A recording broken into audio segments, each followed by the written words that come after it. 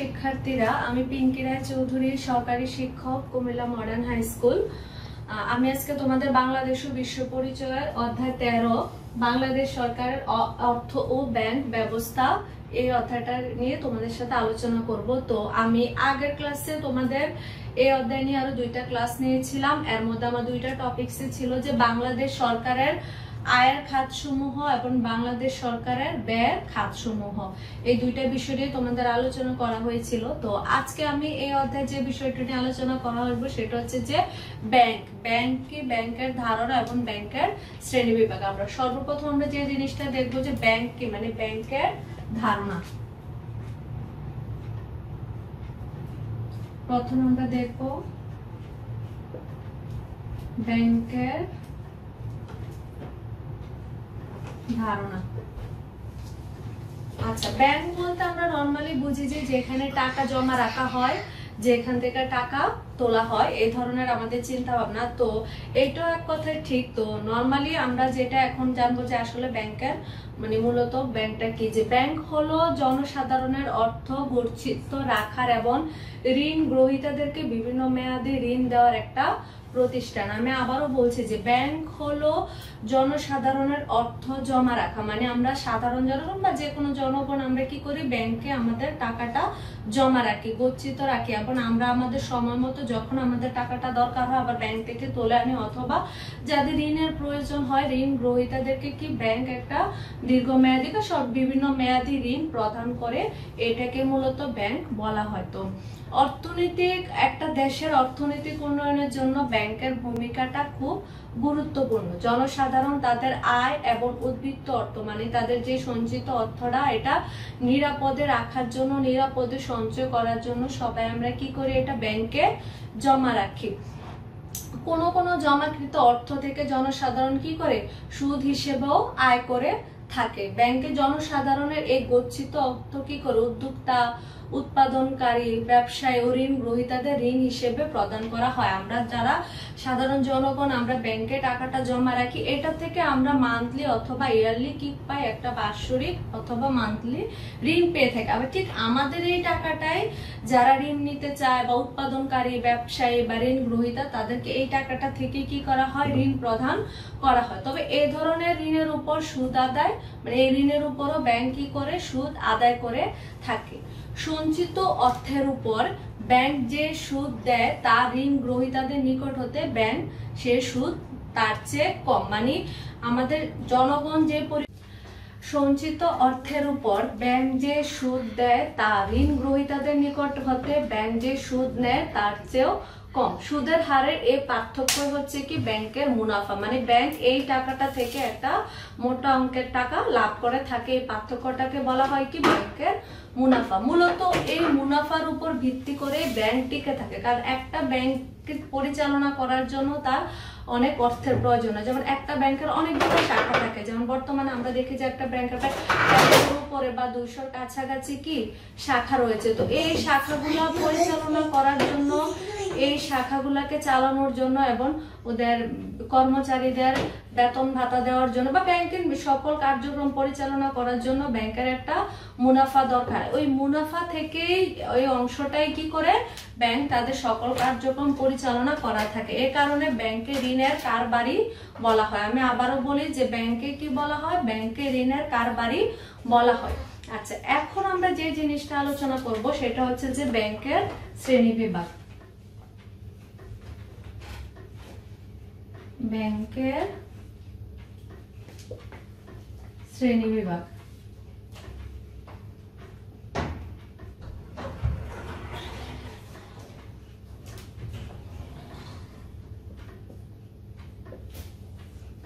আচ্ছা, আমরা জানি উদ্দেশ্য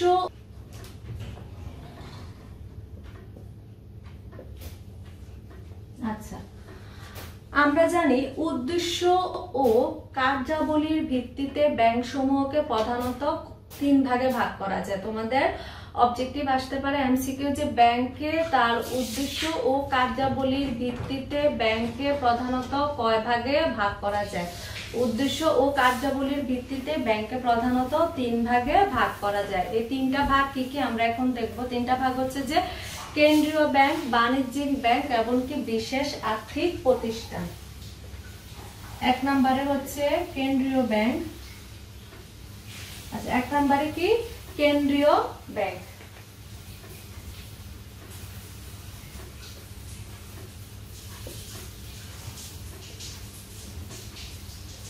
কেন্দ্রীয় ব্যাংক। 2 নম্বরে হচ্ছে বাণিজ্যিক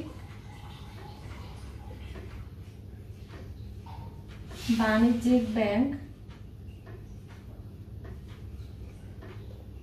3 নম্বরে হচ্ছে যে বিশেষ আর্থিক প্রতিষ্ঠান।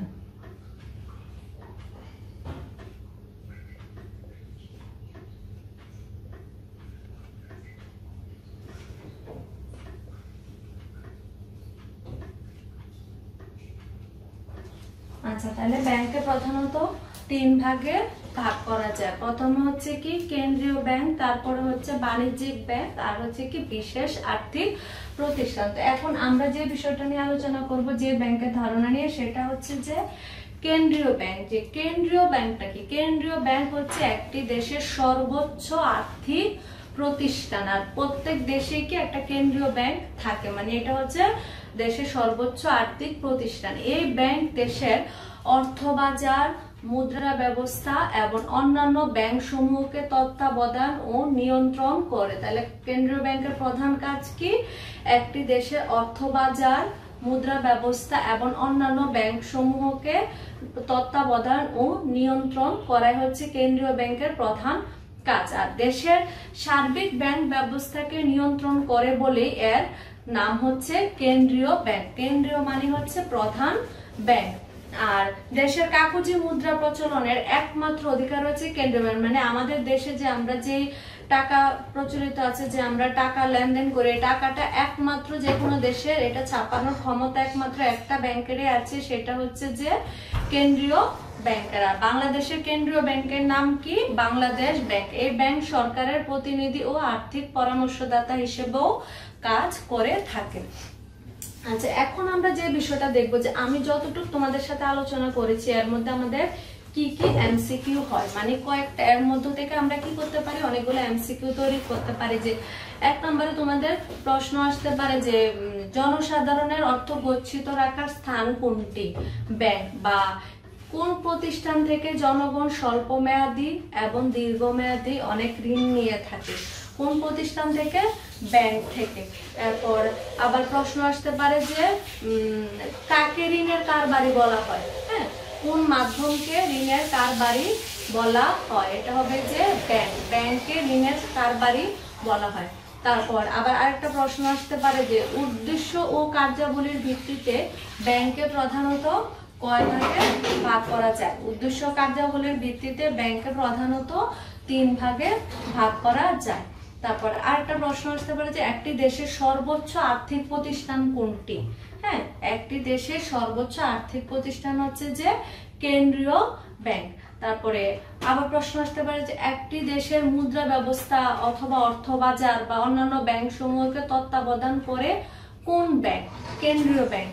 তারপরে আসতে পারে যে আমি যতটুকু পড়িয়েছি এর মধ্য থেকে বলছি যে বাংলাদেশের কেন্দ্রীয় ব্যাংকের নাম কি? বাংলাদেশ ব্যাংক। তারপরে কোন ব্যাংক, মানে আমাদের যে কাগজি মুদ্রা প্রচলন করে কোন ব্যাংক? এটা হবে যে কেন্দ্রীয় ব্যাংক। তারপর হচ্ছে যে আর্থিক পরামর্শদাতা হিসেবে কাজ করে কোন ব্যাংক? সেটা হবে কি?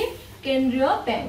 তাহলে এখন আমি যে জিনিসগুলো আলোচনা করেছি আশা করি তোমরা বুঝতে পেরেছো। তো এখন আমি আলোচনা করব যে বাণিজ্যিক ব্যাংক। তো বাণিজ্যিক ব্যাংকে যাওয়ার আগে আমি আবারও বলতেছি যে কেন্দ্রীয় ব্যাংক সম্পর্কে যদি তোমাদের কারো কোনো সমস্যা থাকে বা না বুঝে থাকো, বা ব্যাংক কি সেটা না বুঝে থাকো, তাহলে অবশ্যই আমাকে প্রশ্ন করবে। তো আমি এর আগে এই অধ্যায়ের উপরে আগে তোমাদের 2টা ক্লাস নিয়েছি, বাংলাদেশ সরকারের আয়ের খাতসমূহ, ব্যয়ের খাতসমূহ, আর আজকে নিচ্ছি ব্যাংক নিয়ে। তো আমি আবারও রিপিট করছি এই কারণে যে তোমাদের পরীক্ষাটা হবে মূলত 30 নম্বরের এমসিকিউ।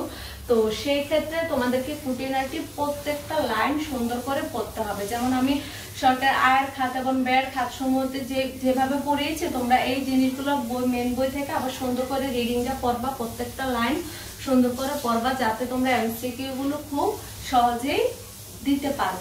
তো এখন আমি যেটা নিয়ে আলোচনা করব সেটা হচ্ছে যে কি বাণিজ্যিক ব্যাংক।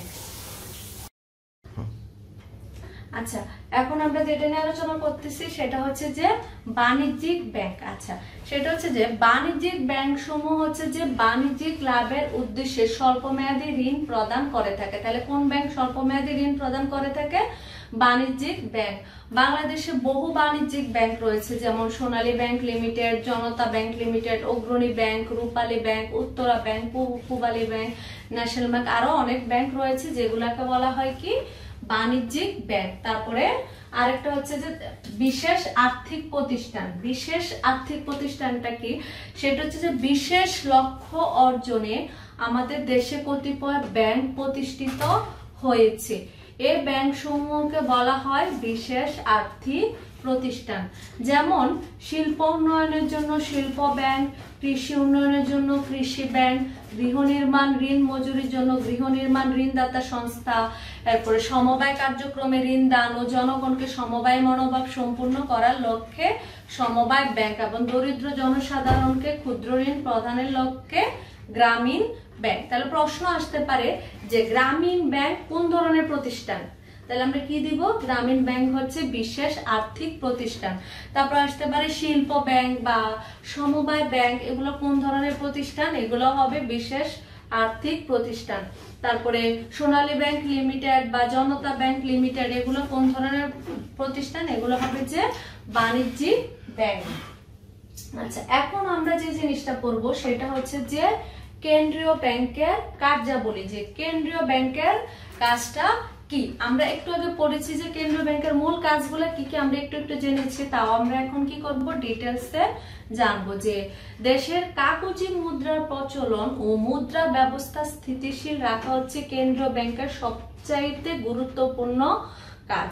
আমি আবারও বলি যে প্রশ্ন আসতে পারে যে একটি দেশের কাগজে মুদ্রা প্রচলন করে কোন ব্যাংক? কেন্দ্রীয় ব্যাংক। বা মুদ্রা ব্যবস্থা স্থিতিশীল রাখে কোন ব্যাংক? কেন্দ্রীয় ব্যাংক। তাহলে দেশের কাগজি মুদ্রার প্রচলন ও মুদ্রা ব্যবস্থা স্থিতিশীল রাখা হচ্ছে কেন্দ্রীয় ব্যাংকের গুরুত্বপূর্ণ কাজ। কেন্দ্রীয় ব্যাংক কর্তৃক ইস্যুকৃত মুদ্রাটাকে বলা হয় কি? বিহিত মুদ্রা। এই প্রশ্নটা বহুবার এসেছে যে বিহিত মুদ্রা বলা হয় কাকে? যে কেন্দ্রীয় ব্যাংক কর্তৃক ইস্যুকৃত মুদ্রাই হচ্ছে বিহিত মুদ্রা। তোমরা এই লাইনগুলো মার্ক করবে, এগুলো খুব ইম্পর্টেন্ট। তারপর হচ্ছে যে এই মুদ্রার অভ্যন্তরীণ ও বহির্মূল্য যাতে স্থিতিশীল থাকে তার দায়িত্ব কেন্দ্রীয় ব্যাংকের উপর ন্যস্ত থাকে। কেন্দ্রীয় ব্যাংক মূলত হচ্ছে একটা কি? সরকারের ব্যাংক। সরকারের প্রতিনিধি হিসেবে এই ব্যাংক বিনা খরচে বিভিন্ন উৎস থেকে সরকারের পাওনা আদায় এবং বিভিন্ন খাতে সরকারের দেনা পরিশোধ করে। তাহলে আমাদের প্রশ্ন আসতে পারে কি? সরকারের পাওনা আদায় বিভিন্ন উৎস থেকে সরকারের পাওনা আদায় করে কোন ব্যাংক, এবং বিভিন্ন উৎস হতে সরকারের দেনা পরিশোধ করে কোন ব্যাংক? তাহলে এটা কোন ব্যাংক হবে? কেন্দ্রীয় ব্যাংক।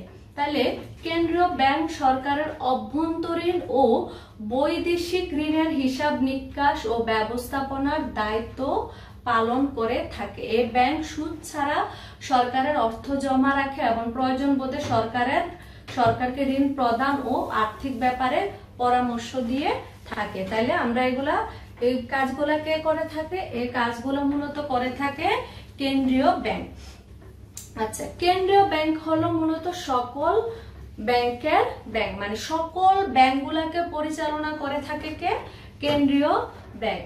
অন্যান্য ব্যাংকে তাদের মূলধনের নির্দিষ্ট একটি অংশ কেন্দ্রীয় ব্যাংকে জমা রাখতে হয়। মানে আমরা একটু আগে যে পড়লাম বাণিজ্যিক ব্যাংক, তারপরে বিশেষ আর্থিক প্রতিষ্ঠান, এই বাণিজ্যিক ব্যাংক এবং বিশেষ আর্থিক প্রতিষ্ঠানগুলা কি করে?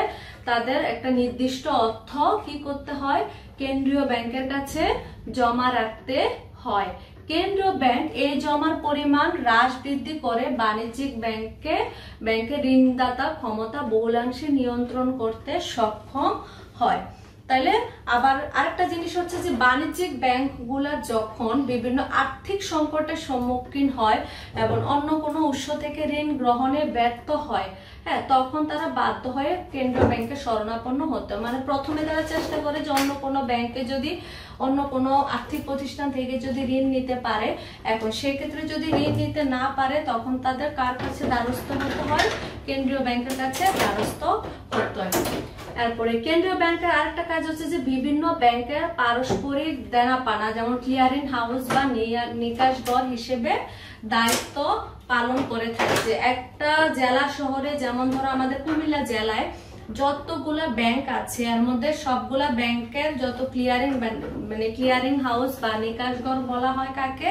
সোনালী ব্যাংকে। কারণ দৈনন্দিন ব্যবসা বাণিজ্য সংক্রান্ত চেক আদান প্রদান, মানে অন্যান্য ব্যাংক থেকে যে চেকগুলা দেওয়া হয়, চেকগুলা যে আদান প্রদান করা হয়, আদান প্রদানটা মূলত করা হয় আমাদের কেন্দ্রীয় ব্যাংকের মাধ্যমে। আর এই যে আদান প্রদান গুলো করা হয় কেন্দ্রীয় ব্যাংকের মাধ্যমে, এই আদান প্রদানটাকে বলা হয় মূলত ক্লিয়ারিং হাউস, মানে নিকাশ ঘর। কেন্দ্রীয় ব্যাংক বিভিন্ন ব্যাংকের মধ্যে চেকের মাধ্যমে কি করে? আন্তঃ ব্যাংক দেনা পাওনা মিটিয়ে থাকে।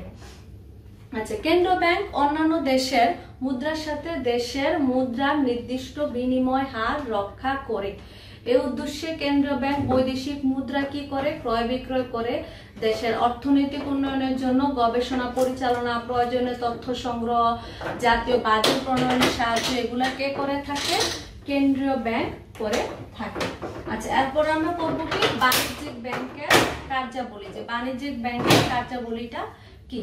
অর্থনীতিতে কেন্দ্রীয় ব্যাংকের যেরকম গুরুত্বপূর্ণ ভূমিকা, বাণিজ্য ব্যাংকেরও ঠিক সেরকম গুরুত্ব হবে।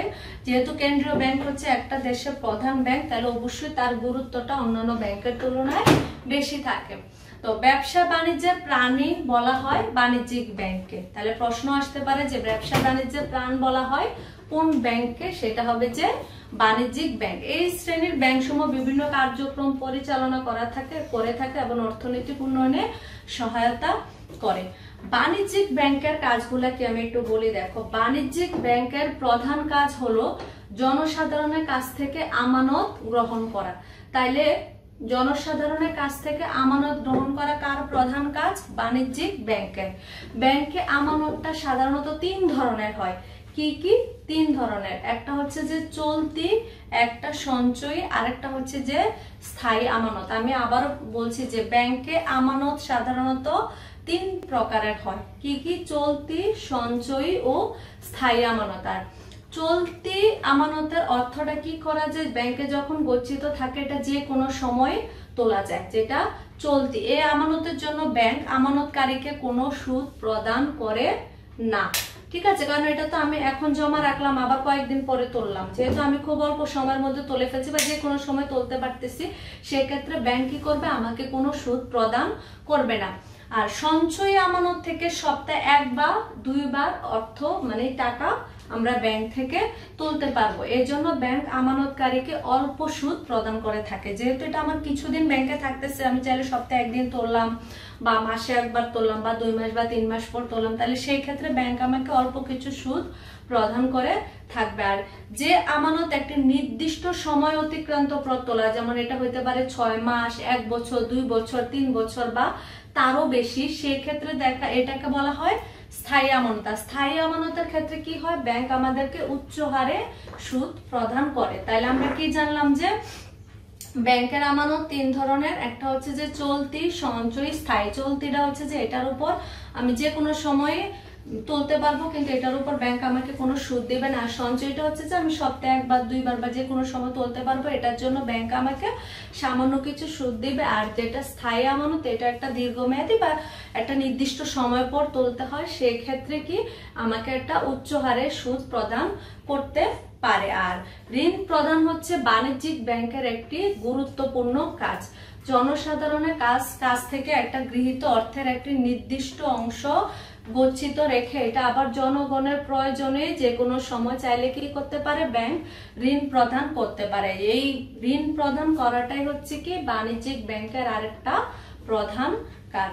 তাইলে দেখো, আমরা আজকে যে 2টা বিষয় নিয়ে আলোচনা করলাম, যে কেন্দ্রীয় ব্যাংক কি, মানে প্রথমে আমরা আলোচনা করলাম যে ব্যাংক কি, এরপর ব্যাংকের ধারণা, তারপর হচ্ছে যে কেন্দ্রীয় ব্যাংক কি, কেন্দ্রীয় ব্যাংকের কাজগুলো কি, আর বাণিজ্যিক ব্যাংক কি, বাণিজ্যিক ব্যাংকের কাজ কি। আর আজকে এই পর্যন্তই। আর আমি পরবর্তী ক্লাসে তোমাদের বাকি জিনিসগুলো, এই অধ্যায়ের যে জিনিসগুলো বাকি আছে আমি আলোচনা করব। তো আশা করি তোমরা আমার ক্লাস বুঝতে পেরেছো। আর তোমাদের যদি কোনো সমস্যা থাকে তাহলে অবশ্যই তোমরা আমাকে জানাবে। সবাই ভালো থাকবে, সুস্থ থাকবে, নিরাপদে থাকবে। খুদা হাফেজ।